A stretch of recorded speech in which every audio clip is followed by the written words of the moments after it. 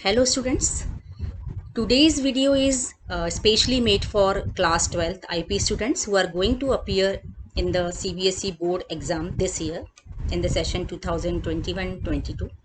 So let's discuss distribution of marks and syllabus first. So this is our syllabus. आप देख सकते हैं कि इस बार CBSE ने syllabus बहुत ही ज़्यादा reduce कर दिया है. Only you have to prepare two chapters, database query using SQL and introduction to computer networks, जिसमें से computer networks केवल 10 marks का है और theoretical part है. उसकी preparation आप खुद से कर सकते हैं और किसी भी तरह की हेल्प चाहिए तो इसके वीडियो ऑलरेडी प्रिपेयर्ड हैं. उसकी प्लेलिस्ट की लिंक मैं आपको डिस्क्रिप्शन बॉक्स में दे दूंगी. So in this video we are going to focus on this topic, database query using SQL. ये बहुत ही इजी चैप्टर है और यदि आप इसको थोड़ा ध्यान से पढ़ें और प्रैक्टिस करें तो इजीली 25 आउट ऑफ 25 आप स्कोर कर सकते हैं. तो आपके सिलेबस में केवल फंक्शंस दिए हुए हैं जिसे आपको प्रैक्टिस करना है. आपको ये ध्यान रखना है कौन सा फंक्शन का लिखने का तरीका क्या है, मीन्स उसका सिंटेक्स क्या है, उसको कैसे लिखा जाता है और उसका रिजल्ट कैसे प्रोड्यूस होता है. इसके साथ ही हम देखेंगे quarrying and manipulating data using group by, having and order bye. तो देखा जाए तो इसमें पूरे आपके सिलेबस में यूनिट 2 में थोड़ा ट्रिकी पार्ट कौन सा है, केवल ये नीचे वाला group by, having and order by. इसके अलावा जो ऊपर का पार्ट दिया है यानी math function, text function, date function, these are very easy to learn and practice. तो यदि आप केयरफुली करते हैं, टाइम वेस्ट नहीं करते हैं, तो बहुत अच्छे से आप इसको प्रिपेयर कर सकते हैं, अच्छा स्कोर कर सकते हैं. So let's start. तो सबसे पहले तो एक क्वेश्चन बन सकता है कि एसक्यूएल फंक्शंस कितने तरह के हो सकते हैं. तो there are two type of SQL functions, aggregate functions and scalar functions. Aggregate functions are also known as group functions. यहाँ पर क्या होता है, जहाँ पर हम ग्रुप ऑफ डेटा पे वर्क करते हैं. It operates upon complete sets of data, मतलब कलेक्शन ऑफ डेटा पे ये वर्क करता है और कलेक्शन ऑफ डेटा पे वर्क करके जो रिजल्ट प्रोड्यूस करता है वो सिंगल वैल्यू के फॉर्म में करता है, यानी सिंगल रिजल्ट करता है. जबकि स्केलर फंक्शन क्या करते हैं, स्केलर फंक्शन सिंगल वैल्यू पे वर्क करते हैं और सिंगल वैल्यू भी रिजल्ट में देते हैं. मींस सपोज यदि आपके टेबल में 4 रोज हैं तो एसक्यूएल एग्रीगेट फंक्शंस क्या करेंगे, उन 4 रोज पे कैलकुलेशन करके एक रिजल्ट देंगे. जबकि एसक्यूएल के स्केलर फंक्शंस क्या करेंगे, 4 इनपुट्स के लिए यानी 4 रोज के लिए 4 आउटपुट्स देंगे. तो इनको हम डिटेल में सीख लेते हैं. तो सबसे पहले हम जानेंगे स्केलर फंक्शंस. स्केलर फंक्शन में 3 कैटेगरीज आपके सिलेबस में है, टेक्स्ट और string function, numeric function and date function. तो सिंटेक्स मींस कैसे लिखा जाता है, कोई भी फंक्शन हम जब यूज करते हैं तो किस फॉर्मेट में लिख सकते हैं, तो ये उसका सिंटेक्स है. तो we have to write select. Select के बाद हम फंक्शन का नाम देंगे जिसे भी यूज करना है and then we can write from dual. Dual क्या है, यहाँ पर जनरल फॉर्मेट हमारा क्या होता है कि सिलेक्ट के बाद हम पूरी क्वेरी लिखते हैं और फ्रॉम के बाद टेबल नेम लिखते हैं. So if you do not have any table, यदि आप डेटा टेबल से नहीं लेना चाहते हैं, आप डायरेक्ट डेटा प्रोवाइड करके फंक्शंस को एग्जीक्यूट कराना चाहते हैं, then you can use dummy table. आपको टेबल का नाम नहीं लिखना है तो वो भी अलाउड है. तो या तो आप लिखते हैं फ्रॉम और टेबल नेम और या लिखते हैं फ्रॉम डुएल. तो यदि टेबल से डेटा लेंगे तो आप फ्रॉम टेबल नेम का सिंटेक्स लिखेंगे और यदि टेबल से डेटा नहीं ले रहे हैं तो आप डायरेक्ट लिख सकते हैं select function name from dual. My SQL आपको अलाउ करता है कि आप स्किप कर सकते हैं फ्रॉम डुएल वाला पार्ट, यानी आप चाहें तो केवल इतना लिखें select function name and semicolon. तो माई एसक्यूएल में ये भी अलाउड है. तो दीज आर न्यूमेरिक फंक्शंस जो नंबर्स पे या न्यूमेरिक वैल्यूज पे वर्क करते हैं. आपके सिलेबस में केवल 3 फंक्शंस दिए हुए हैं, मैंने एक फंक्शन एक्स्ट्रा यहाँ पर लिया हुआ है. First function is mod. Mod function is use to find reminder after dividing x by y. ठीक है, यदि 5 है और 5 डिवाइडेड बाय आप 2 करते हैं तो क्या होता है, रिमाइंडर 1 आता है. तो आप मॉड फंक्शन की हेल्प से रिमाइंडर निकाल सकते हैं. यदि आप लिखेंगे मॉड 5, 2, तो ये 5 को 2 से डिवाइड करेगा और उसमें जो रिमाइंडर आएगा उसको रिटर्न करेगा. सिमिलरली पावर फंक्शन में यदि हम एक्स वाई देते हैं तो x to the power y calculate होता है। SQRT is to calculate square root, जो भी हम एक्स वैल्यू पास करेंगे उसका स्क्वायर रूट रिटर्न करेगा। And there is another function round. Round क्या करता है, n जो नंबर हम देंगे, उस जो हम n नंबर पास करेंगे, n नंबर को जो गिवन डेसिमल प्लेसेस हैं इस डेसिमल प्लेसेस तक राउंड ऑफ करेगा। तो चलिए इसको प्रैक्टिकली हम देख लेते हैं कि किस तरीके से करेंगे इसे। सबसे पहले तो हम MySQL कमांड लाइन प्रॉम्प्ट को ओपन करते हैं। Here we have to give password. तो हमने MySQL ओपन कर लिया। ये MySQL प्रॉम्प्ट है जहां पर हमें क्वेरीज को, कमांड्स को लिखना होता है। आपको ये फंक्शन समझाने के लिए मैंने ऑलरेडी एक डेटाबेस और उसके अंदर कुछ टेबल्स बना रखी हैं, तो हम उन्हीं टेबल्स पे वर्क करते हैं जिससे कि हमारा टाइम ज़्यादा वेस्ट ना हो। सबसे पहले हमें डेटाबेस यदि खोलना है तो हमें क्या करना होता है, यूज़ डेटाबेस नेम। तो हमारे डेटाबेस का नाम है bank_record। तो मैंने लिख दिया यूज़ bank_record, राइट। अब इसके अंदर यदि हमें टेबल्स देखनी है कि कौन कौन सी टेबल्स अवेलेबल हैं, तो हम शो टेबल्स कमांड का यूज़ कर लेते हैं। So we have table accounts. इसमें क्या कंटेंट्स हैं ये देख लेते हैं। Select asterisk from accounts. आपको रिकॉल करवा देती हूँ कि सेलेक्ट एस्ट्रिक, एस्ट्रिक क्या होता है, यहाँ पर हमें कॉलम्स की डिटेल देनी होती है। यदि हम स्टार लगाते हैं तो स्टार का मतलब है कि we to fetch all the columns from table, यानी अकाउंट टेबल के सारे कॉलम डिस्प्ले कराना चाहते हैं। ठीक है, यदि आप सारे डिस्प्ले नहीं कराना चाहते तो you can mention your columns name here. यानी मान लो जो आप नेम चाहते हैं, डीओबी चाहते हैं, then you can write select name comma DOB from accounts, right. So चलिए हम फंक्शंस पे चलते हैं। सबसे पहले हम पढ़ रहे हैं न्यूमेरिकल फंक्शंस। न्यूमेरिक फंक्शन में हम सबसे पहले देखते हैं पावर फंक्शन का यूज। जैसे आप देख सकते हैं यहाँ पर न्यूमेरिक वैल्यू बैलेंस में दी हुई है। सपोज हम इसका स्क्वायर करना चाहते हैं, जो बैलेंस दिया है उसकी स्क्वायर यानी कि डबल करना चाहते हैं, then we can write select power. Power में हम पहले देंगे वो वैल्यू जिस मतलब x इज बैलेंस, और क्योंकि हमें इसकी स्क्वायर वैल्यू निकालनी है then we have to write 2 from table name. Table name is accounts.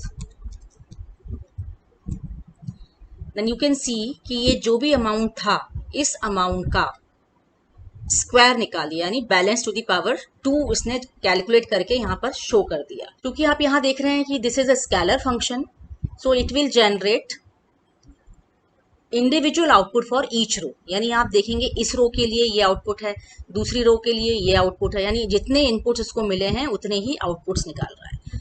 हाँ, हमने टेबल का यूज किया है। आप टेबल का यूज नहीं करना चाहते, सिंपल कैलकुलेशन चाहते हैं, then you can also do this. आप लिखेंगे पावर, सपोज आपको कोई वैल्यू है 768 और इसका आप क्यूब निकालना चाहते हैं, then you can write in this way from 12।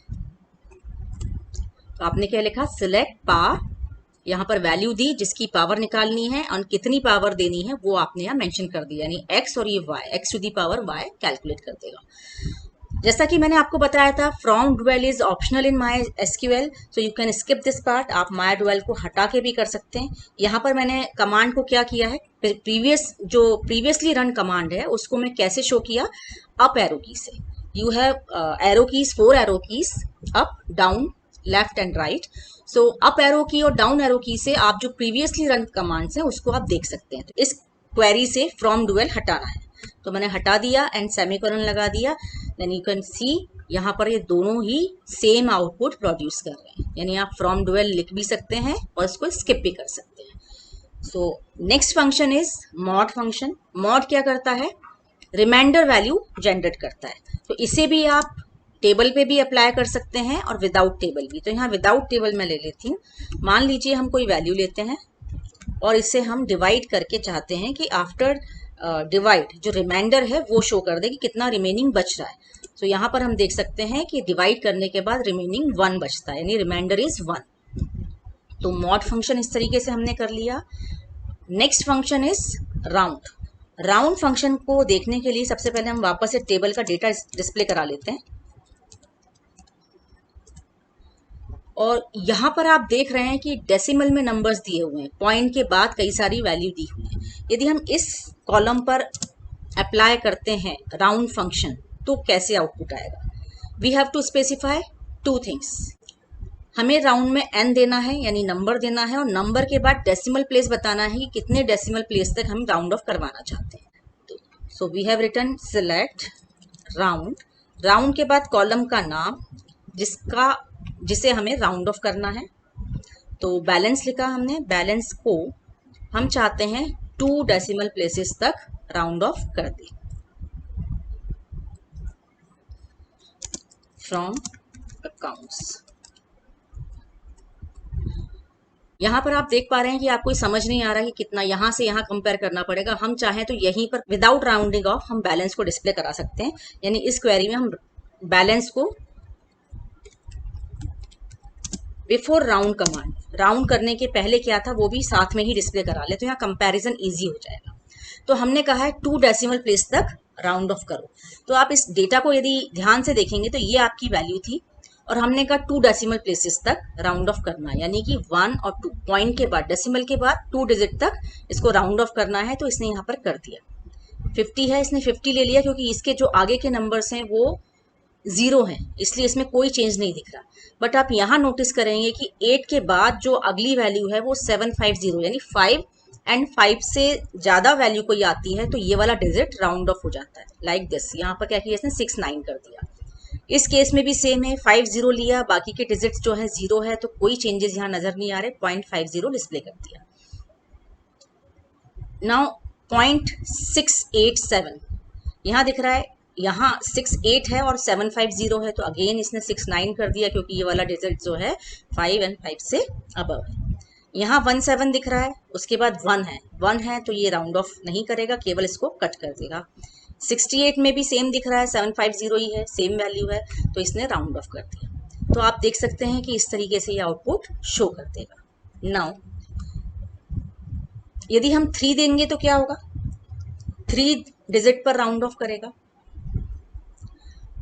Third वाले नंबर पे यानी 0 पे। इस 0 के बाद 0 है, इसलिए कोई फर्क नहीं है। ये 7 है और इस 7 के बाद 5 है, जैसा मैंने आपको बताया था 5 और मोर होने पर ये राउंड ऑफ कर देता है। तो 5 है, 5 से ज्यादा होने पे ये क्या हो गया? 8 हो गया, तो 688। यहाँ पर आप देख सकते हैं इस वाले में क्या हुआ? 500, क्योंकि अगली वैल्यू 0 है तो कोई इफेक्ट नहीं आने वाला। 687, थर्ड डिजिट 7 और 7 के बाद जो है वो है 5, तो इसने क्या किया? 7 को राउंड ऑफ कर दिया। अब यहाँ देखिए, यहाँ पर 171 है थर्ड डिजिट, और इसके बाद जो है 8 का मतलब क्या है? 5 से ज्यादा वैल्यू है, तो ये 1 को राउंड ऑफ कर दिया, इसने 2 कर दिया। सिमिलरली यहाँ भी इसने किया। तो यहाँ तो हम टेबल पे अप्लाई कर रहे हैं, स्केलर फंक्शन है। हम चाहें तो विदाउट टेबल भी इसको यूज कर सकते हैं। मान लीजिए आपके पास एक कोई वैल्यू गिवन है, जनरली एग्जाम में क्वेश्चन पेपर में हो सकता है कि टेबल पे ना देके आपको कोई वैल्यू गिवन हो, लाइक ऐसा हम कुछ वैल्यू ले लेते हैं।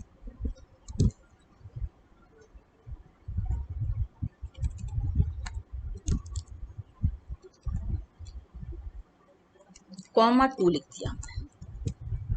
हम इस तरीके से भी देख सकते हैं। यहाँ आप ध्यान से समझिएगा हम क्या कर रहे हैं। के बाद 2 डिजिट यानी 6, यहाँ पर वो राउंड ऑफ कर रहा है, तो 6 के बाद उसे 7 मिला, तो उसने क्या किया? इसे राउंड ऑफ कर दिया, यानी कि 787 के बाद 5 7 हो गया, 6 की जगह 7 कर दिया। इसमें हम थोड़ा और चेंज करते हैं। यदि मैं यहाँ 3 करती हूँ तो 3 करने पे क्या हुआ? ये थर्ड डिजिट पे ले रहा है, थर्ड डिजिट के बाद 2 है, 5 से लेस है, यानी वो एज इट इज रखेगा, राइट। तो हम यदि पॉजिटिव वैल्यू देते हैं तो डेसिमल पॉइंट के राइट साइड की वैल्यूज को वो कंसीडर करता है। What if we have given negative value? मान लीजिए हमने लिखा -1, -1 देने पे वो क्या करेगा? माइनस देने पे क्या करेगा? वो डेसिमल पॉइंट के लेफ्ट साइड में जाएगा। यदि मैं इसको -2 करती हूँ तो क्या होता है? इसको ये भी देख लेते हैं। इसको जब राउंड ऑफ किया तो क्या किया? इधर 8 कर दिया, 5 6 8, और ये कर दिया 0 0, -2 लिखा था इसलिए इस तरह से ले लिया। जैसे यहाँ -1 किया था तो यहाँ पर इसने क्या किया था? इसको 0 करना था, और इसको 0 करने के लिए यहाँ पर इसने देखा 87 है, मतलब 7 है, तो इसने 9 कर दिया, इसको 87 को पूरा 90 बना दिया। तो आई होप इन एग्जाम्पल से आपको ये सारे कंसेप्ट क्लियर हो गए होंगे। हम कुछ और एग्जाम्पल्स लेते हैं। राउंड फंक्शन तो हमने यहाँ पर कवर कर लिया, राउंड कर लिया, मॉड कर लिया और पावर कर लिया। एक और फंक्शन था SQRT, इसको भी हम देख लेते हैं। SQRT सिंपल है, स्क्वायर रूट निकालेगा। जिस भी वैल्यू का स्क्वायर रूट आपको निकालना है वो टेबल में हो या विदाउट टेबल हो, यहाँ हम विदाउट टेबल यूज कर रहे हैं तो आप इस तरीके से लिख सकते हैं, इसका स्क्वायर रूट वैल्यू निकाली इसने 21.3541 एंड सो ऑन। सो इस तरीके से आप फंक्शंस को अप्लाई कर सकते हैं। एग्जाम में क्वेश्चन पेपर में हो सकता है आपको इस तरह का कमांड दिया हुआ हो और आपसे पूछा जाए इसका आंसर क्या आएगा, सॉल्यूशन क्या होगा, इसको फाइंड आउट करो, या मल्टीपल चॉइस में दिया हुआ हो सकता है कि इनमें से कौन सा ऑप्शन करेक्ट है। इसी प्रकार से यहाँ भी दे सकते हैं, राउंड दे दिया और इसको बोला कि इसका आउटपुट क्या आएगा, फाइंड करिए, लिखिए आप। तो आपको पता होना चाहिए कि राउंड ऑफ किस तरीके से करेगा। ठीक, सो हमारे न्यूमेरिक फंक्शंस यहाँ पर ओवर हो गए as per syllabus. Now next category of scalar function is string और टेक्स्ट फंक्शन। स्ट्रिंग फंक्शंस बोले या टेक्स्ट फंक्शंस बोले, बोथ आर सेम। तो इसमें जो आपके सिलेबस में फंक्शंस गिवन है वो है मिड फंक्शन, सब str और सब स्ट्रिंग, ये दोनों सिमिलर वर्क करते हैं। इन str, लेफ्ट एंड राइट। सो हम इन सारे फंक्शंस को पहले समझ लेते हैं कि क्या करेंगे। मिड क्या करता है, जो भी स्ट्रिंग हम देंगे, स्ट्रिंग में हमें बताना होता है कौन सी पोजीशन से कितने कैरेक्टर्स निकालने हैं। सिमिलरली सब str में और सिमिलरली सब स्ट्रिंग में। मान लीजिए आपने कहा कि हम जो मिड फंक्शन यूज किया या फिर आप सब str या सब स्ट्रिंग करते हैं, आपने लिखा मिड और यहां लिखा ग्वालियर 2,3। तो ये क्या करेगा, सेकंड पोजीशन से 3 लेटर्स को आउटपुट में रिटर्न करके देगा। तो इसको हम पहले प्रैक्टिकली करके देख लेते हैं कि अच्छे से समझ सकें आप। फिर से हम टेबल के कंटेंट देख लेते हैं। क्या टेबल थी हमारी, सेलेक्ट एस्ट्रिक फ्रॉम अकाउंट्स, हमने लिख दिया, डेटा हमारे पास अवेलेबल है। अब क्योंकि ये स्ट्रिंग फंक्शन है तो स्ट्रिंग पे वर्क करेगा, टेक्स्ट पे वर्क करेगा। टेक्स्ट वाला डेटा हमारे पास नेम में स्टोर है। अब नेम में हमें लिखना है तो सेलेक्ट, कौन सा फंक्शन अप्लाई करना है, मिड कर लेते हैं। मिड में हम पास करेंगे स्ट्रिंग, स्ट्रिंग का मतलब है नेम। नेम के बाद हम स्टार्ट पोजीशन बता रहे हैं और स्टार्ट पोजीशन के बाद नंबर ऑफ कैरेक्टर्स, कितने कैरेक्टर्स में से निकालने फ्रॉम अकाउंट्स। अब देखिए हमने बोला था नेम से सेकंड पोजीशन से 4 लेटर्स निकालो, तो ए इज सेकंड पोजीशन, जावेद नाम है, जावेद में ए जो है वो सेकंड पोजीशन है, सेकंड पोजीशन से 4 कैरेक्टर्स उसने निकाल दिए। सुहाना में क्यों ऐसा हो रहा है, सुहाना के स्टार्टिंग में कुछ स्पेसेस डले हुए हैं, यानी 3 जगह पे स्पेस है और 4th लेटर इज एस, तो सेकंड लेटर से हमें लेना है, यानी कि इसने सेकंड लेटर इज ए के बाद ये दो यहाँ पर स्पेस है, देन एस है, तो यहाँ 2 space then S then U, ऐसा 4 लेटर्स आ रहे हैं। Space is also a character. इसी तरीके से इसमें से भी निकाल लिया, सेकंड पोजीशन से 4 लेटर यानी HEKH, ये इसका आउटपुट आ गया। ठीक, तो ये हमने टेबल पे अप्लाई किया है। आप चाहें तो डायरेक्ट वैल्यू पे अप्लाई कर सकते हैं विदाउट यूजिंग टेबल। जैसा मैंने अभी एग्जांपल लिया था, ग्वालियर लिखा हमने और हमने लिखा कि 2 पोजीशन से 3 लेटर्स निकालने हैं, तो उसने क्या निकाला, 2 पोजीशन से 3 लेटर मतलब कि WAL, ये इसका आउटपुट आ गया। चलिए अब नेक्स्ट फंक्शन देख लेते हैं। आपको यहाँ याद रखना है कि जिस तरीके से मिड फंक्शन वर्क कर रहा है, सिमिलरली सब str भी वर्क करेगा। सब str को भी बिल्कुल सेम इसी तरीके से लिखना है, नेम कॉमा है, पोजीशन हम चेंज कर देते हैं, 4th पोजीशन से हम 2 लेटर्स निकाल रहे हैं फ्रॉम अकाउंट्स। ठीक है, अभी हमें समझ नहीं आ रहा, नेम ऊपर चला गया, हम चाहें तो इसी के साथ में नेम डिस्प्ले करा लें, जिससे कि हमें कंपेयर करने में इजी रहेगा, पता लगाने में इजी रहेगा किस तरह का आउटपुट आया है। नेम पहले मैंने डिस्प्ले कर लिया, उसके बाद सब str का आउटपुट। तो नेम हमारा था जावेद, जावेद से हमने कहा 4th पोजीशन से 2 लेटर्स निकालो, तो जावेद में 4th पोजीशन इज ई, तो ई से 2 लेटर्स मतलब ई और डी, ये आ गया। इसी तरीके से दूसरा नाम है सुहाना, सुहाना के बीच पहले जो 3 स्पेसेस हैं उसे भी काउंट करेगा, तो 4th लेटर उसको हमने कहा 4th पोजीशन से, तो 4th पोजीशन कौन सी हुई, एस, तो एस से 2 लेटर मतलब एस और यू, उसने ये आउटपुट में दे दिया। ठीक है, तो आई होप ये क्लियर हो गया होगा आपको। जिस तरह से सब एसटीआर किया है वैसे ही हम सब स्ट्रिंग भी यूज कर सकते हैं। There is no change in these functions, बिल्कुल सेम आउटपुट है। तो आप देख सकते हैं mid function, substring function and sub STR function, तीनों फंक्शन सेम आउटपुट प्रोड्यूस कर रहे हैं। तो हम देखते हैं हम नेक्स्ट फंक्शन कौन सा है। हमने ये 3 फंक्शन कर लिए, मिड कर लिया, सब एसटीआर कर लिया, सब स्ट्रिंग कर लिया। अब आपको ये याद रखना है कि इन एसटीआर थोड़ा सा अलग है इससे, इनमें कंफ्यूज नहीं होना है। मिड, सब एसटीआर, सब स्ट्रिंग एक जैसे हैं, ये तीनों सेम हैं, बट ये वाला किस तरह से वर्क करेगा, we have to pass 2 things, एक स्ट्रिंग पास करनी है, एक सब स्ट्रिंग पास करनी है। तो ये क्या करेगा, चलिए प्रैक्टिकली समझ लेते हैं। सिलेक्ट इन एसटीआर, इसमें मैंने नेम लिखा, नेम के बाद मैंने आपको बताया वी हैव टू पास सब स्ट्रिंग। सब स्ट्रिंग मतलब हम क्या चाहते हैं, इस नेम में कुछ सर्च करना चाहते हैं। सपोज हम चाहते हैं कि ए कहाँ पर आया है नेम में, वो डिस्प्ले करिए। तो आप देखिए यहाँ पर क्या किया इसने। मैं चलिए नेम फिर से प्रिंट करा देती हूँ उसके पहले, जिससे और क्लियर समझ में आ जाए।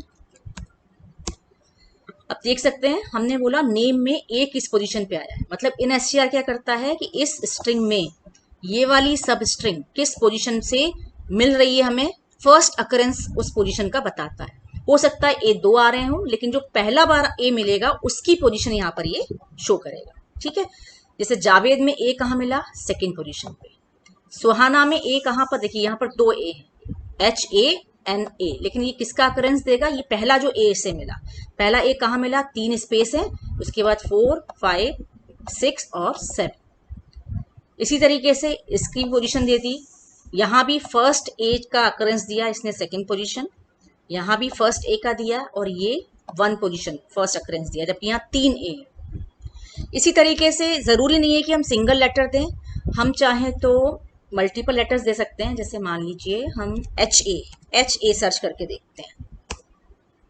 अब HA देखिए, HA यहाँ पर कहीं भी नहीं है, यहाँ HA है। HA की स्टार्टिंग पोजीशन कौन सी है, 6।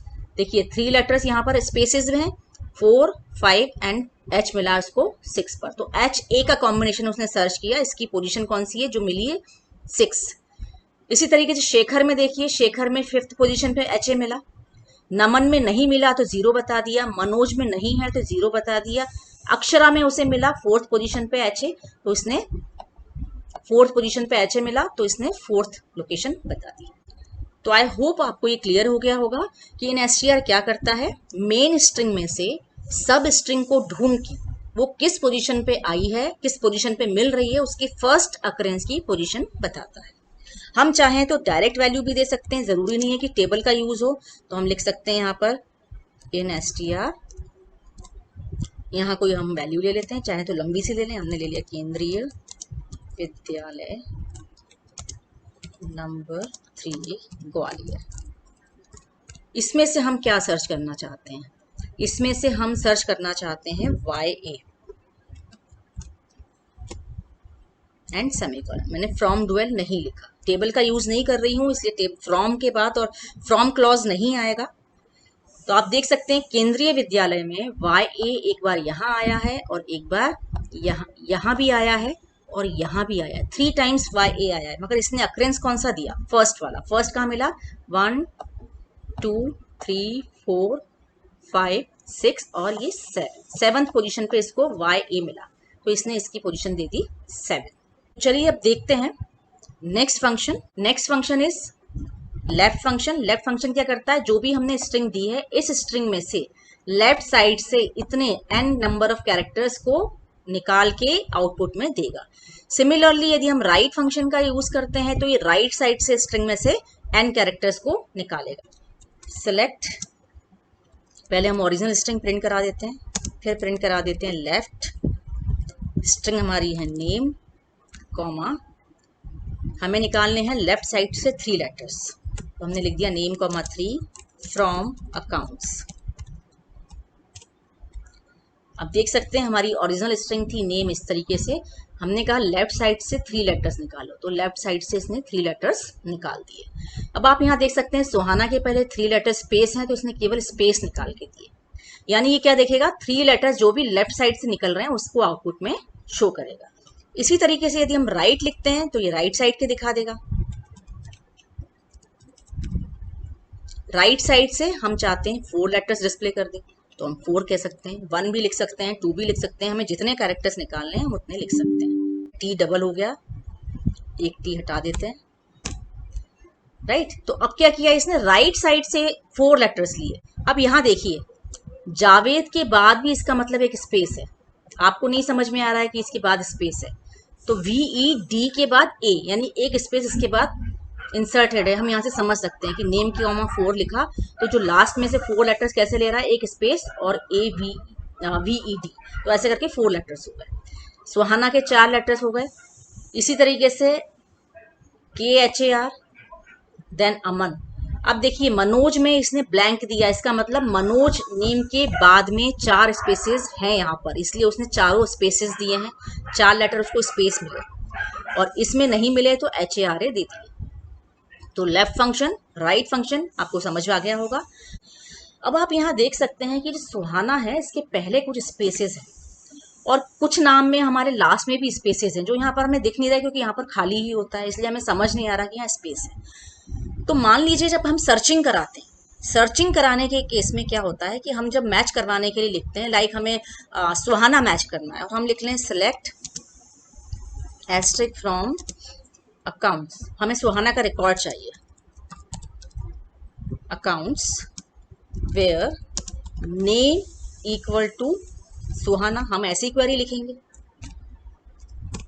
लेकिन इसने क्या शो किया, एम्प्टी सेट। ऐसा क्यों किया, क्योंकि सुहाना अकेला लिखा हुआ नहीं मिल रहा। एक्चुअली सुहाना के पहले गलती से या जानबूझ के कुछ स्पेसेस थे वहां पर, हो सकता है कि आपने बाय मिस्टेक कर दी और हो सकता है वहां आपकी नीड हो स्पेसेस डालना।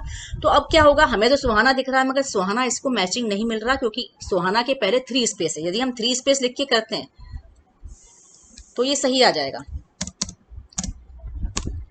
अब इसने शो कर दिया, तो हम चाहते हैं, हो सकता है देखो किसी नाम में सुहाना मान लीजिए 2-4 बार रिपीट हुआ हो, और सुहाना में कहीं पर 1 स्पेस आ गया हो, कहीं पर 2 स्पेस, कहीं पर 3 स्पेस, तो ऐसे तो आपको मैच करना बहुत प्रॉब्लमेटिक हो जाएगा।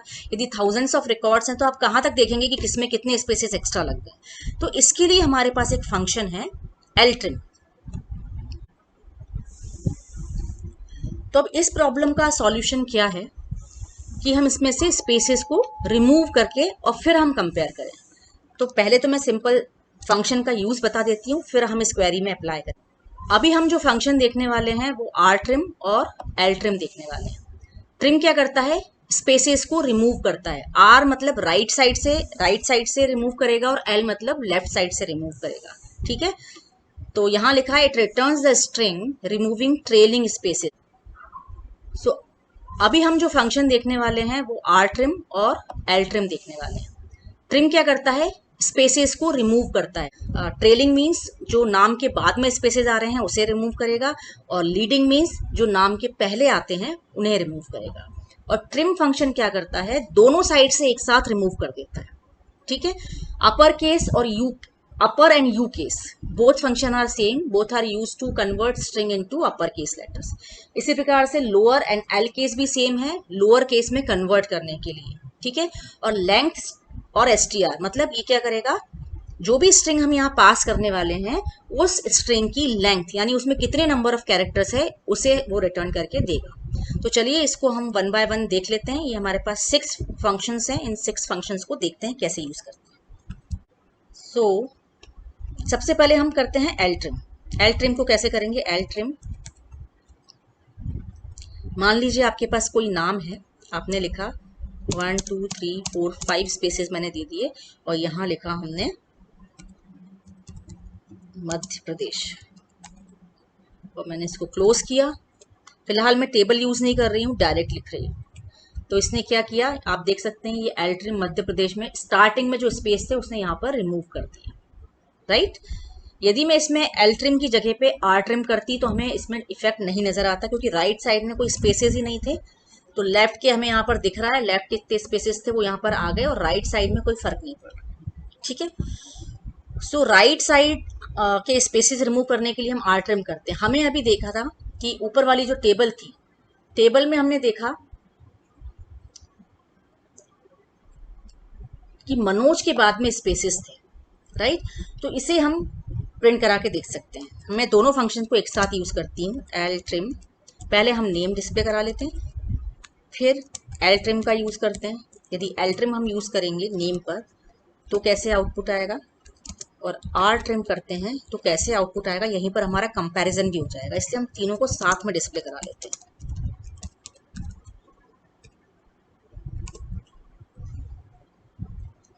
तो यू कैन सी हियर, ये हमारा ओरिजिनल नेम था। जब एल ट्रिम किया तो जो लेफ्ट साइड से सुहाना में स्पेस था वो रिमूव हो गया, और आर ट्रिम किया तो मनोज के राइट में स्पेस था वो रिमूव हुआ है, लेकिन यहाँ हमें समझ नहीं आ रहा है। अब इसको समझने के लिए हम जो ऊपर वाली क्वेरी लगा रहे थे, जब हम सुहाना को कंपेयर कर रहे थे और सुहाना आउटपुट में नहीं दिख रही थी, तो उस तरह का हम आउटपुट निकालना चाहते हैं। मतलब हम चाहते हैं कि चाहे स्टार्टिंग में स्पेस हो चाहे एंड में स्पेस हो, उसको रिमूव करके और फिर कंपेयर करें। तो हम कैसे लिखेंगे query, select asterisk from accounts where, यदि हम नेम लिख रहे थे नेम इक्वल टू सुहाना तो क्या हो रहा था, हमें पता है कि आउटपुट में वो नहीं दिखा रहा था क्योंकि सुहाना के पहले स्पेसेस है। तो हम क्या कर सकते हैं, ये जो नेम लिया इसने जिसको कंपेयर कर रहा है इस वर्ड से, हम चाह रहे हैं कि नेम के पहले हम लिखते हैं नेम के पहले लिखते हैं एल ट्रिम, तो वो नेम में से ट्रिम कर देगा स्पेसेस को और फिर उस नाम को सुहाना से कंपेयर करेगा। अब देख लेते हैं इसका आउटपुट। तो हम यहाँ कोई भी क्वेरी लगा सकते हैं। यदि राइट साइड के स्पेसेस रिमूव करके हमें कंपेयर करना है तो हम आर ट्रिम लगा देंगे। हम चाहते हैं कि दोनों तरफ के स्पेसेस रिमूव हो जाएं। अच्छा, हम ये देखना चाहते हैं, चेक करना चाहते हैं कि हमारे स्ट्रिंग में कितने लेटर्स हैं, और कितने लेटर से हमें ये पता चल जाएगा कि कितने एक्स्ट्रा स्पेसेस इसमें एडेड हैं। तो इसके लिए हम लिख सकते हैं सिलेक्ट नेम, हमने डिस्प्ले कर लिया, और फिर length LENGTH, length of name from accounts. इससे क्या होगा, हमें ये पता लग जाएगा कहाँ पर स्पेसेस है। जावेद 5 लेटर्स दिखा रहा है जबकि 1 स्पेस होना चाहिए यहाँ पर। सुहाना में यहाँ पर 6 लेटर्स दिखा रहा है लेकिन 9 लेंथ है, मतलब इसमें 3 स्पेसेस है। यहाँ पर 7 यानी ठीक है। नमन भी 5 ठीक है। मनोज देखिए 5 लेटर्स का नेम है बट 12 इसकी लेंथ है, दैट मीन्स यहाँ पर स्पेसेस हैं। सो हम क्या कर सकते हैं कि जब भी हमें प्रिंट कराना है, हम चाहते हैं स्पेसेस को रिमूव करके फिर प्रिंट करें, तो हम इसमें दोनों साइड से स्पेसेस रिमूव करना चाहते हैं, then we can use trim. हम यूज कर लेंगे select trim name from accounts, right. तो इसने क्या किया, दोनों स्पेसेस को एक साथ रिमूव कर दिया। तो अब हमारे जो फंक्शन बचे हैं वो हैं यू केस या पर एल केस और लोअर। तो इनको हम देख लेते हैं। नाम से ही समझ में आ रहा है कि upper case and lower case में कन्वर्ट करने के लिए यदि हम नॉर्मल टेबल प्रिंट करा रहे हैं, सिलेक्ट एस्ट्रिक फ्रॉम अकाउंट्स, तो ये नाम हमारे ओरिजिनली कैपिटल में ही डले हुए हैं, कैपिटल में ही स्टोर है। यदि हम इसको स्मॉल में चाहते हैं तो हम क्या कर सकते हैं, मान लो हमें नेम डिस्प्ले कराने हैं एल केस में, so we can write L case name from accounts. तो ये सब सारे के सारे नाम इसने लोअर केस में शो कर दिए। हम एल केस की जगह कौन सा फंक्शन और यूज कर सकते हैं, लोअर। लोअर करेंगे तो सारा लोअर में आ जाएगा, राइट। और यदि हम इसको अपर लिखेंगे तो अपर में आएगा। हालांकि इसमें स्टोर भी अपर में ही है इसलिए चेंजेस हमें समझ नहीं आएंगे, बट यदि इसमें मिक्स भी होते या केवल लोअर केस में होते उसको वो कन्वर्ट कर देता अपर केस में। अपर की जगह पर हम यू केस भी यूज कर सकते हैं। तो आपको मेन तो लर्न करना है कि कौन सा फंक्शन किस तरीके से लिखा जाता है। यदि उसका सिंटेक्स आपने लर्न कर लिया और उसका यूज आपने याद दिमाग में बैठा लिया तो आपके नंबर कहीं भी कट नहीं सकते, आप इजीली स्कोर कर सकते हैं 25 आउट ऑफ 25। तो चलिए, हमारे स्ट्रिंग फंक्शंस भी ओवर हो गए। अब टर्न आता है डेट फंक्शंस का। डेट फंक्शन में सबसे पहले है डेट। डेट फंक्शन क्या करता है, किसी भी एक्सप्रेशन में से, यानी कहीं डेट और टाइम का कॉम्बिनेशन दिया है तो उसमें से डेट पार्ट को एक्सट्रैक्ट कर लेता है। इसको हम प्रैक्टिकली देखेंगे तो आपको और अच्छे समझ में आ जाएगा। नाउ फंक्शन क्या करेगा, जो करंट सिग्निफिकेंट टाइम है उसको रिटर्न करेगा। Day returns the day of the month for a given date, मतलब जो न्यूमेरिकल डे होगा वो नंबर रिटर्न करेगा। जैसे आज की यदि हम डेट डालते हैं तो आज हमारा मंथ वाइज कौन सा नंबर का डेट होता है वो रिटर्न करेगा। मंथ मंथ का नंबर रिटर्न करेगा 1 से 12 के बीच में। जैसे हमने 11 पूरी डेट लिखी है 1/11/2002, सो मंथ इज 11, तो 11 रिटर्न करेगा। मंथ नेम ये क्या करेगा, मंथ का नाम करेगा। यदि वो 11 भी लिखा है तो नवंबर रिटर्न करेगा। डे नेम का मतलब है कि वीक डे, ट्यूसडे मंडे क्या है वो रिटर्न करेगा। Year, it returns the year part of the given date. तो ये नंबर 1000 से स्टार्ट होगा, 1000 से लेके 9999 तक का वैल्यू रिटर्न करेगा। फिर से हम टेबल देख लेते हैं। टेबल हमारी क्या थी,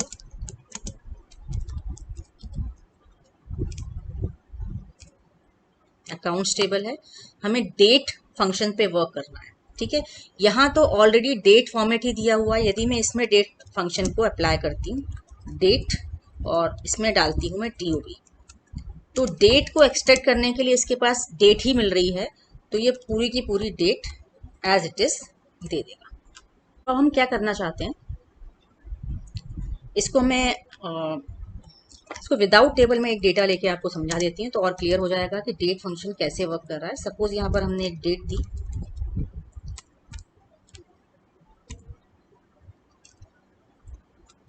और साथ में हमने इसमें दिया है टाइम।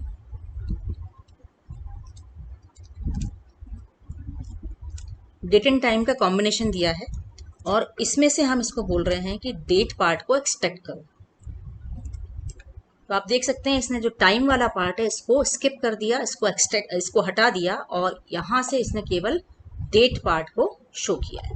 तो डेट क्या करेगा, एक्सट्रैक्ट करता है। Now next function is now function. Now function क्या करता है, करेंट डेट डिस्प्ले करता है। So current date is 6/6/22 and time उसने शो कर दिया, ठीक है। नाउ नेक्स्ट फंक्शन कौन सा है, now next function is day function. इसको हम टेबल पे चला लेते हैं। सेलेक्ट एस्ट्रिक फ्रॉम अकाउंट्स, तो ये हमारे पास डेट है। इस पर यदि हम डे फंक्शन अप्लाई करें तो क्या होगा, select day of DOB from accounts. अब देख सकते हैं यहां से जो डे नंबर है इसने डे नंबर को शो कर दिया, राइट। यहाँ से 2, 10, 16 इस तरीके से आउटपुट में आ गया। यदि हम डे की जगह पर डे नेम लिखते, यानी कि वीक डे, यहाँ पर month wise date day number बता रहा था, लेकिन जब डे नेम लिखेंगे तो वीक का डे नेम आ जाएगा कि इस सेकंड जो डेट है इस डेट को कौन सा डे था, इसने यहाँ पर शो कर दी। ठीक इसी तरीके से हम मंथ फंक्शन को अप्लाई कर सकते हैं। सेलेक्ट मंथ DOB, मतलब डेट ऑफ बर्थ में से हमें मंथ एक्सट्रैक्ट करना है। अकाउंट्स टेबल की स्पेलिंग मिस्टेक हो गई, इसलिए एरर दे रहा है। ठीक, तो इसमें से मंथ नंबर इसने शो कर दिया। हम चाहें तो यहाँ डेट ऑफ बर्थ साथ में डिस्प्ले करा लेते हैं, जिससे हमें समझ में आया कि क्या डेट ऑफ बर्थ थी, उसमें से क्या इसने मंथ एक्सट्रैक्ट किया हुआ है। तो आप देख सकते हैं date of birth is 2001, 8 and 2। इसमें से जो मंथ नंबर है वो इसने निकाला है 8, 10, 10, 12, 5, 3। इसी तरीके से हम मंथ नेम फंक्शन भी यूज कर सकते हैं। यदि हम मंथ नेम लिखेंगे तो मंथ का नाम आ जाएगा। So you can see 8 is August, 10 October है October, 12 is December, 5 is May and 3 is March. Function is left, that is year. Select year from DOB and accounts। तो select year DOB from accounts, एक query बन गई हमारी। हम इसको DOB भी साथ में डिस्प्ले करा लेते हैं। तो इसने क्या किया, DOB में से ईयर को एक्सट्रैक्ट करके शो कर दिया। तो आई होप आपको तीनों कैटेगरी फंक्शंस की समझ आ गई होंगी।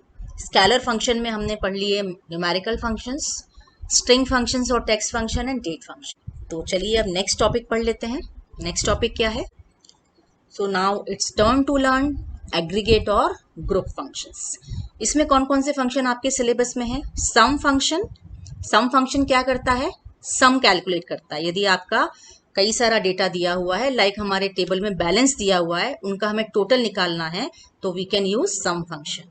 मैक्स फंक्शन, किसी भी कॉलम से हमें मैक्सिमम वैल्यू फाइंड आउट करनी है, डेटा टाइप कुछ भी हो सकता है, उसमें से मैक्सिमम वैल्यू फाइंड आउट करनी है, तो हम मैक्स फंक्शन का यूज कर सकते हैं। सिमिलरली मिनिमम वैल्यू के लिए मिन फंक्शन यूज करेंगे। Now count function, it is use to count number of values in a given column. ठीक है, हम जो काउंट फंक्शन यूज करेंगे, इसमें ब्रैकेट में जो भी हम कॉलम का नाम देंगे यहाँ ब्रैकेट में, उसको वो काउंट करेगा कि कौन सी नॉट नल वैल्यूज हैं, जो नल वैल्यूज है उसे वो छोड़ देगा और जो नॉट नल वैल्यूज है उसे काउंट करेगा। एंड लास्ट फंक्शन है काउंट स्टार। काउंट स्टार यदि हमने दे दिया, हमने कोई कॉलम नेम ने देके स्टार दे दिया, then it will count number of rows. एक कॉलम वाइज ना काउंटिंग करते हुए रो वाइज काउंटिंग करेगा, दैट मीन्स इसमें नल वैल्यूज भी कंसिडर हो जाएंगी। तो हम इसको प्रैक्टिकली करके देखते हैं। तो चलिए फिर से हम टेबल देख लेते हैं, टेबल का डेटा हमारे पास किस तरह का है। ये हमारे पास अकाउंट्स टेबल है। यदि हम ये चाहते हैं कि टोटल अमाउंट कितना है इस बैंक में, मान लीजिए बैंक में अकाउंट डिटेल्स है, तो ये कितना अमाउंट है इसे हमें निकालना है, then we can use select sum. Sum किसका निकालना है? बैलेंस का। Column name is balance from accounts. तो आप देख सकते हैं why it is called group function, क्योंकि ये ग्रुप ऑफ डेटा, यहाँ पर ये जो पूरी की पूरी वैल्यूज दी है, ये बैलेंस दिया है, ये बैलेंस दिया है, ये पूरे बैलेंस को लेके इसको सम, इसको कैलकुलेट करेगा, इसका सम निकालेगा और एक सिंगल वैल्यू रिटर्न करेगा। सो यू कैन सी यहाँ पर जो आउटपुट है वो सिंगल वैल्यू का आया। एक चीज और आपको यहाँ पर नोटिस करनी है कि जब आप इस तरह के फंक्शंस यूज करते हैं, तो जो कॉलम की हेडिंग है, आप ऊपर भी देख रहे थे स्केलर फंक्शन में, यहाँ पर जो हम फंक्शन अप्लाई करते हैं, इस कॉलम की हेडिंग उसी तरीके से आ जाती है। हम यदि चाहें तो इस कॉलम की हेडिंग को चेंज कर सकते हैं। तो हम क्या चाह रहे थे कि सम ऑफ बैलेंस जो लिखा है वो इसकी column heading sum of balance लिखा हुआ ना आए, हम टोटल अमाउंट लिखना चाहते हैं। सो वी कैन डू, कैसे करेंगे, हम जो ये कॉलम है इसका एलियास नेम देंगे एज, और एज के बाद लिखेंगे कॉलम का नाम जो भी हम शो करना चाहते हैं। तो अब हमने कॉलम का नाम दे दिया टोटल अमाउंट, तो ये क्या करेगा, सम ऑफ बैलेंस की जगह पर शो कर देगा टोटल अमाउंट। हमारा फंक्शन हो गया सम। इसी तरीके से हम एवरेज फंक्शन को भी यूज कर सकते हैं। एवरेज फंक्शन क्या करेगा, एवरेज कैसे कैलकुलेट होगा, ये पूरे का टोटल होगा और total will be divided by number of रोज। तो 1 2 3 4 5 6, ये 6 से डिवाइड हो जाएगी वैल्यू और ऑटोमेटिकली एवरेज कैलकुलेट होके दिखाएगा। ठीक, तो ये हमारा दो फंक्शन हमने कवर कर लिए ग्रुप फंक्शन में से, sum and average. Now we have max function. पहले मैं टेबल फिर से डिस्प्ले करा देती हूँ। ये हमारी टेबल थी और इसमें से हमें मान लीजिए मैक्स फंक्शन अप्लाई करना है। किस पे करना है, हम सब पे अप्लाई कर देते हैं, जिससे आपको ये भी पता चल जाएगा कि कौन से कॉलम पर मैक्स फंक्शन अप्लाई करने से कैसा आउटपुट आता है। लाइक टेक्स्ट डेटा टाइप पर अप्लाई करते हैं, नेम फ्रॉम अकाउंट्स। यहाँ पर क्या करेगा, देखिए इसने मैक्सिमम कैसे लिया, अल्फाबेटिकल ऑर्डर में Z सबसे बड़ी वैल्यू होती है, Z सबसे ऊपर आता है, इसलिए उसने मैक्सिमम वैल्यू में जावेद का नाम दिया। इसी तरीके से यदि मैं कोई न्यूमेरिक वैल्यू लेती हूँ, न्यूमेरिक लाइक मैंने पेन ले लिया, तो इसमें मैक्स वैल्यू कौन सी आनी चाहिए, मैक्स वैल्यू इज 5767, तो 5767। तीसरा डेटा टाइप है डेट। यदि हम इस पर अप्लाई करते हैं मैक्स को, तो क्या होगा, ये आपको बहुत ध्यान से समझना है। मैं चलिए इसको पहले हम DOB देखिए कौन सी आई है, 2005 10 10, इसको मैक्स वैल्यू बताइए इसने। अब आप डेट ऑफ बर्थ में थोड़ा नोटिस करेंगे, जनरली हम डेट ऑफ बर्थ बड़ी कौन सी मानते हैं कि हम एज वाइज मानते हैं कि जो पुरानी डेट ऑफ बर्थ है वो बड़ी है, लेकिन यहाँ पर ऐसा नहीं है। यहाँ क्या हो रहा है, यहाँ पर क्या हो रहा है, 2005 10 10। अब 2005 मतलब ये जो बात की सबसे लेटेस्ट डेट ऑफ बर्थ है उसको मैक्स मान रहा है, यानी न्यूमेरिकल की तरह, ये न्यूमेरिक वैल्यू की तरह इसने फाइंड किया है मैक्स वैल्यू और मिन वैल्यू। इसी तरीके से आप मिन वैल्यू भी अप्लाई कर सकते हैं, सारे डेटा टाइप पे आपकी मिन वैल्यू आ सकती है। मिन फंक्शन को आप सभी तरह के डेटा टाइप पे अप्लाई कर सकते हैं। यहाँ मैंने मिन फंक्शन को डेट ऑफ बर्थ पे किया है, न्यूमेरिक पे भी कर सकते हैं एंड टेक्स्ट टाइप पर भी कर सकते हैं। अब कौन सा फंक्शन बचा हुआ है, हमारा मैक्स हो गया, मिन हो गया, एवरेज हो गया, सम हो गया। नाउ काउंट फंक्शन बचता है। तो काउंट फंक्शन को शो करने के पहले मैं फिर से मैं टेबल डिस्प्ले करा देती हूँ।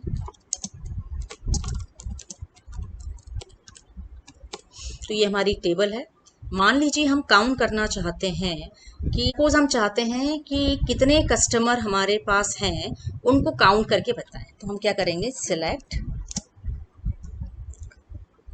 काउंट, स्टार भी लिख सकते हैं और यहाँ कॉलम भी लिख सकते हैं, फ्रॉम अकाउंट्स। तो इसने शो कर दिया 6, यानी टोटल 6 है, 6 यहाँ पर कस्टमर है, 1 2 3 4 5 6, राइट। तो ये तो हमारे 6 काउंट कर लिए। अब मैं आपको समझाती हूँ कि what is the difference between count, normal count, और काउंट में हम यदि कॉलम नेम देते हैं तो क्या फ़र्क होता है, और काउंट में स्टार देते हैं तो क्या फ़र्क होता है। इन दोनों का डिफरेंस समझाने के लिए मैं थोड़ी सी टेबल को मॉडिफाई करूँगी, एक और रिकॉर्ड इंसर्ट कर देती हूँ जिससे कि आपको क्लियरली समझ में आ जाए। Insert into accounts values. अच्छा, हम क्या कर रहे हैं कि हम कहीं पर इसको नल रखना चाहते हैं, मतलब ब्लैंक रखना चाहते हैं। तो कोई एक कॉलम हम ऐसा लेंगे, ब्लैंक कर देंगे। जैसे मान लीजिए फ़ोन नंबर है, ठीक है, फ़ोन नंबर को हम दे रहे हैं, या फिर हम नाम को ब्लैंक कर रहे हैं, मतलब किसी को भी हम ब्लैंक करना चाह रहे हैं। सो हम क्या कर सकते हैं, कॉलम नेम स्पेसिफाई करेंगे किस किस की वैल्यू डालनी है। मैं नेम की डालना चाहती हूँ, सपोज अकाउंट नंबर डालना चाहती हूँ, डेट ऑफ बर्थ भी डालना चाहती हूँ, और फ़ोन नंबर। अच्छा, पिन हम स्किप कर चुके हैं, नेम के बाद अकाउंट नंबर लिया है, डेट ऑफ बर्थ लिया है, फिर हम फ़ोन नंबर भी ले लेते हैं, और इसके बाद की दोनों वैल्यू भी मैंने स्किप कर दी। तो जो मैंने वैल्यूज़ नहीं दी हैं उन सब में क्या स्टोर हो जाएगा, नल। तो फर्स्ट नेम हम कुछ डाल देते हैं, नेम के बाद हमें डालना है अकाउंट नंबर, तो कोई अकाउंट नंबर डाल देते हैं। अकाउंट नंबर के बाद हमें डालना है डेट ऑफ बर्थ, तो डेट ऑफ बर्थ हम डालेंगे पहले year, then month, then date. तो डेट ऑफ बर्थ हो गई। डेट ऑफ बर्थ के बाद हमें फ़ोन नंबर डालना था, हम फ़ोन नंबर भी कुछ डाल देते हैं। ये हमारा फ़ोन नंबर हो गया। इंसर्ट इनटू अकाउंट्स, यहाँ हमने कॉलम स्पेसिफाई किए 1 2 3 4, 4 कॉलम्स, देन वैल्यूज दे दी 1 2 3 4। ये हमारी क्वेरी होगी। तो अब हम डेटा देखते हैं हमारी टेबल में कैसे शो हो रहा है। सो यू कैन सी जो ये रीटा का रिकॉर्ड हुआ है, जहाँ जहाँ हमने वैल्यू नहीं डाली थी वहाँ नल आ गया है। अब यदि हम इस पे काउंट अप्लाई करते हैं जहाँ पर नल वैल्यू, लाइक पिन, यदि हम काउंट में इस कॉलम को देते हैं सिलेक्ट काउंट और पिन फ्रॉम अकाउंट्स, तो ऐसे केस में क्या कर रहा है ये 1 2 3 4 5 6, इसने जो नॉट नल वैल्यूज थी यानी नल को हटाकर उसने काउंट किया है। जबकि इसी फंक्शन में, जबकि हम इस तरह से इसी क्वेरी में यदि हम पिन की जगह स्टार लगा देते तो इसका आउटपुट क्या आ रहा है 7, ठीक है, क्योंकि इसने क्या किया, यहाँ पर नंबर ऑफ रोज काउंट किए, किसी पर्टिकुलर कॉलम को काउंट नहीं कर रहा। तो कई बार आपके क्वेश्चन पेपर में, कई बार आपसे ये क्वेश्चन पूछा जाता है एग्जाम में कि what is the difference between count column name and count star, या आपको ऐसा भी पूछा जाता है कि कोई पर्सन ट्राई कर रहा है, उसने ये वाला क्वेरी लिखी, काउंट में कॉलम नेम दिया और फिर लिखा काउंट में स्टार, तो दोनों में आउटपुट में डिफरेंस आ रहा है, तो ऐसा क्यों आ रहा है।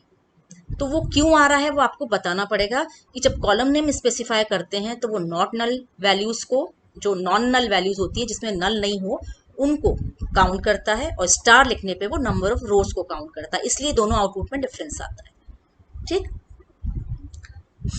तो ये हो गए हमारे एग्रीगेट फंक्शंस। नाउ अब हमारा जो एक टॉपिक बचता है जिसपे आपको मोर फोकस करना है, that is group by, having clause and order bye. तो चलिए हम उसको हम पढ़ते हैं, उसको सीखते हैं। तो हमने सेम टेबल यहाँ पर ली है जो जिस पर हम अभी तक हम फंक्शंस अप्लाई करते आ रहे थे, सेम टेबल कंसीडर कर रहे हैं हम यहाँ पर। सो कुछ क्वेरीज आप लिखी हुई देख रहे हैं, first query is to count total number of customers gender wise from account table, यानी जितने भी जेंडर्स गिवन है यहाँ पर इस टेबल में, यहाँ दिख रहा है मेल है, फीमेल है, और हो सकता है कोई थर्ड जेंडर भी लिखा हुआ हो, तो इन सबको जेंडर वाइज हमें देखना है कि कितने कस्टमर मेल हैं, कितने फीमेल हैं, या कितने अदर्स हैं। तो जेंडर वाइज यदि काउंटिंग करनी है मतलब हमें सेम डेटा पर वर्क करना है, सेम डेटा को ग्रुप करना है। So we have to apply here group by. ठीक है, यहाँ पर हम ग्रुप बाय क्लॉज को यूज करेंगे क्योंकि ग्रुपिंग ऑफ डेटा हमें यहाँ करना है। जो प्रीवियस एग्जाम्पल में हमने रन किया था, काउंटिंग की थी, उसमें हमने ग्रुपिंग नहीं की थी, तो उस वक्त क्या हो रहा था, जितने भी रिकॉर्ड्स हैं, जितने भी रोज हैं, उसको एक साथ वो काउंट कर रहा था। इस केस में हमने उसको बोला कि जितने भी जेंडर्स हैं उन जेंडर्स को अलग अलग काउंट करो। सो यहाँ पर हम ग्रुप बाय क्लॉज अप्लाई करेंगे। सेकेंड क्वेरी हम देखते हैं, to display total amount deposited by each gender separately, मतलब जितने भी जेंडर दिए हैं, मेल दिया है, फीमेल दिया है, या अदर्स भी दिए हैं, तो उन्होंने कितने कितने अमाउंट डिपॉजिट किए हैं, मेल्स ने कितना डिपॉजिट किया है, फीमेल्स ने कितना किया है, या अदर हैं तो अदर्स ने कितना किया है, वो हमें सेपरेट अमाउंट चाहिए। सो यहाँ भी हमें दिख रहा है कि मेल्स, फीमेल्स या जो भी हमारे जेंडर्स दिए हुए हैं तो जेंडर वाइज ग्रुपिंग कर रहे हैं, तो यहाँ पर भी हमारी होगी ग्रुपिंग, राइट। दोनों में हमें समझ में आ गया कि ग्रुप बाय क्लॉज को यूज करना है। नाउ थर्ड क्वेरी हम पढ़ते हैं।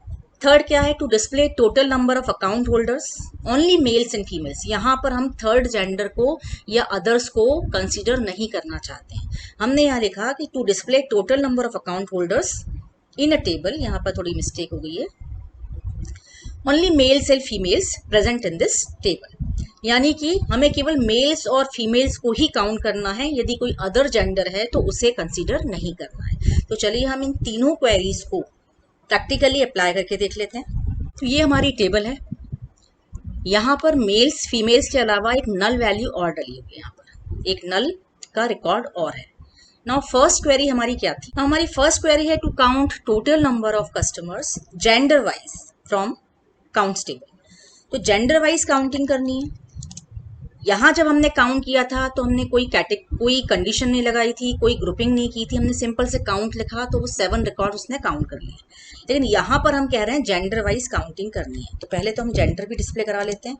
जेंडर के बाद हमें काउंट करना है, काउंट स्टार फ्रॉम अकाउंट्स, ठीक है। और इसके बाद क्या करना है, ग्रुप बाय। ग्रुपिंग किस पे करनी है, जेंडर पर।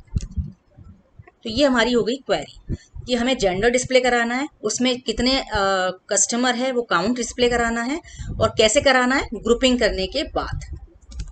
सो यू कैन सी नल, यहाँ पर जो यहाँ एक जेंडर नहीं लिखा गया है वहाँ नल का एक बार काउंट किया, फीमेल 2 हैं और मेल्स 4 है, तो इसने जेंडर वाइज काउंट किया। तो this is possible because of group by, ठीक है। सेकेंड क्वेरी हमने क्या लिखी हुई है यहाँ पर, to display total amount deposited by each gender separately, मतलब हम अभी काउंटिंग नहीं करना, हमें टोटल अमाउंट कैलकुलेट करना है, सम कैलकुलेट करना है। So we can write, count की जगह पर हम लिख देंगे सम। सम ऑफ क्या, बैलेंस, क्योंकि टोटल अमाउंट किससे मिलेगा हमें, बैलेंस नाम के कॉलम से। तो हमने लिखा gender comma sum of balance from accounts group by gender, मतलब जेंडर डिस्प्ले करो और उनके द्वारा जमा किया हुआ जो बैलेंस है उसका सम डिस्प्ले करो। और ग्रुपिंग किस हिसाब से करनी है, ग्रुपिंग जेंडर वाइज, मेल्स की अलग हो गई, फीमेल्स की अलग हो गई और नल की अलग से हो गई, क्योंकि नल में यहाँ पर बैलेंस अमाउंट भी नल था, इसलिए इसने सम ऑफ बैलेंस नल दिया। यदि यहाँ पर कोई अमाउंट होता तो वो अमाउंट यहाँ पर शो हो जाता। और फीमेल्स में यहाँ 2 वैल्यू दी हुई है, 887665 और 997665, इनका दोनों का टोटल इसने फीमेल के आगे शो कर दिया। इसी तरीके से मेल जितने भी हैं वो यहाँ पर उनका जो अमाउंट है उसका टोटल यहाँ पर शो कर दिया। तो ये दोनों में हमने ग्रुप बाय किया हुआ था। अब हम चलते हैं थर्ड क्वेरी पे। थर्ड क्वेरी क्या थी हमारी, to display total number of account holders only males and females. अब यहाँ पर हम थर्ड जेंडर को कंसीडर नहीं करना चाहते, तो काउंटिंग करनी है हमें मेल वाइज फीमेल वाइज, लेकिन यदि कोई थर्ड जेंडर है तो उसको हमें हटा देना है, यानी केवल मेल्स और फीमेल्स के। तो यहाँ लग गई कंडीशन। तो हमने ये जो क्वेरी लिखी थी जेंडर वाइज काउंटिंग करनी थी, ये तो क्वेरी सेम है, बट यहाँ पर कंडीशन भी है। इसके आगे हमें कंडीशन लगानी है कि हैविंग जेंडर इन, जेंडर किस में से हो, मैं इन लगा रही हूँ क्योंकि हमें मल्टीपल वैल्यूज को कंपेयर करना है कि जेंडर किन में से हो, या तो मेल हो या फीमेल। ठीक है, इसको क्वेरी को फिर से पढ़िए। Select gender comma count star, यानी जेंडर डिस्प्ले करेगा, उसकी काउंटिंग करेगा, ग्रुपिंग करेगा जेंडर वाइज, लेकिन उन्हीं की ग्रुपिंग करेगा जहां पर जेंडर मेल या फीमेल हो। तो हैविंग कब लगाते हैं, जब हमें कंडीशन लगानी हो। तो जब हम सेलेक्ट क्वेरी में कंडीशन लगाते हैं तो जहां वेयर लिखते थे उस जगह पर हम हैविंग लगा देते हैं। तो यू कैन सी आउटपुट, यहाँ पर जो नल था वो हट गया, केवल मेल्स और फीमेल्स को ही इसने काउंट किया। तो यहाँ पर हमारा ग्रुप बाय क्लॉज हो गया, हैविंग क्लॉज हो गया। ठीक है, अब हमारा बचता है ऑर्डर बाय। ऑर्डर बाय क्या करता है, रिकॉर्ड्स को अरेंज करता है आइदर इन असेंडिंग ऑर्डर और डिसेंडिंग ऑर्डर, यानी बढ़ते क्रम में या फिर घटते क्रम में। अगेन हम टेबल को डिस्प्ले करा लेते हैं, टेबल में डेटा क्या है देख लेते हैं। सो यू कैन सी यहाँ पर अल्फाबेटिकल ऑर्डर भी है, अल्फाबेटिकली भी अरेंज कर सकता है और न्यूमेरिकल वैल्यू वाइज भी अरेंज कर सकता है। हम दोनों तरीके से देख लेते हैं। लिखना कैसे है, क्वेरी लिखनी है, सिलेक्ट क्वेरी जो भी हम लिखना चाहते हैं, सिलेक्ट स्टार फ्रॉम अकाउंट्स, और इसके बाद हम लिखेंगे ऑर्डर बाय। अब ऑर्डरिंग हमें किस कॉलम पे करनी है वो बताना पड़ेगा, हमें नेम वाइज सॉर्टिंग करनी है, अरेंज करना है, या फिर किसी न्यूमेरिक वैल्यू वाइज करना है। मान लो हमें बैलेंस वाइज भी करना है तो हम वो भी कर सकते हैं कि किसने सबसे कम अमाउंट दिया, फिर ज्यादा फिर ज्यादा फिर ज्यादा। मान लीजिए हम बैलेंस वाइज करते हैं, तो हमने लिखा ऑर्डर बाय बैलेंस। अब देखिए यहाँ पर आउटपुट कैसे आएगा। तो यू कैन सी नल वाला पहले आ गया, नल के बाद जो इससे बड़ा अमाउंट था 68,547 उसका रिकॉर्ड दिखाया, देन 61 लाख, 68 लाख, 78 लाख, 88 एंड 99। तो इस तरीके से असेंडिंग ऑर्डर में शो कर दिया। यहाँ हमने कहीं भी मेंशन नहीं किया कि रिकॉर्ड्स को असेंडिंग में बताना है या डिसेंडिंग में। असेंडिंग मीन्स बढ़ते क्रम में, डिसेंडिंग मीन्स घटते क्रम में। ठीक, तो यहां पर हमने नहीं बताया, तो by default it will take it in ascending order. यदि डिसेंडिंग करना है तो सेम क्वेरी में हम लगा देंगे DESC। तो अब आप देख सकते हैं कि जो सबसे ज्यादा वाला अमाउंट था वो पहले आया है और नल सबसे लास्ट में आया है, तो ये हो गया डिसेंडिंग ऑर्डर। यहां हमने न्यूमेरिक वैल्यू पर लगाया था। यदि हम किसी टेक्स्ट डेटा पे लगाते हैं, टेक्स्ट हमारा कहाँ है, नेम, तो नेम में भी आप देखिए, ध्यान रखिए। देखिए क्या हुआ, यहाँ पर ए सबसे पहले आना चाहिए था, लेकिन एस वाला पहले क्यों आया, क्योंकि इसके पहले स्पेसेस हैं, तो स्पेसेस को इसने सबसे छोटा माना। देन अक्षरा ए हो गया, फिर एम, फिर एन, आर, एस और जेड। तो ये आपको ध्यान रखना है, यदि कोई क्वेरी दी है, टेबल दी है और टेबल में इसी तरह का डेटा है जहाँ स्पेसेस हैं, तो या न्यूमेरिक वैल्यू है और टेक्स्ट है, दोनों तरह का डेटा है, तो नंबर्स को पहले लेगा, यहाँ स्पेसेस को पहले लेगा। इसी तरीके से डिसेंडिंग करना है तो हम लिखेंगे order by name and descending. आप यदि स्पेशली मेंशन भी करना चाहते हैं कि we want it in ascending order, तो यहाँ तो वैसे बिना लिखे भी असेंडिंग में था, लेकिन आप चाहें तो लिख भी सकते हैं, DESC की जगह पे आप लिखेंगे ASC, राइट। तो आप ASC लिखें या बिना लिखे क्वेरी चलाएं, दोनों का आउटपुट बिल्कुल सेम आएगा। हमने नेम वाइज किया असेंडिंग में, देखिए दोनों का आउटपुट सेम आया है, दोनों सेम ऑर्डर में आ रहे हैं। तो हमने जब नहीं लिखा तब भी असेंडिंग ले रहा था, और लिखा है तब तो लेगा ही लेगा। तो यहाँ पर क्लास 12th IP का टर्म 2 की यूनिट 2 हमारी कंप्लीट होती है। आई होप आपको कंसेप्ट क्लियर हो गए होंगे और आप अच्छे से एग्जाम में इसको सॉल्व कर पाएंगे। इसके बावजूद भी आपको लगता है कि आपको कोई डाउट्स आ रहे हैं, आप प्रैक्टिस कीजिए क्वेश्चन पेपर्स की, लास्ट ईयर से प्रीवियस ईयर के सैम्पल पेपर और क्वेश्चन पेपर सॉल्व कीजिए। और यदि आपको लगता है कहीं पर भी आपको कोई डाउट है तो आप कमेंट सेक्शन में डाउट्स को पूछ सकते हैं। All the best for your exam.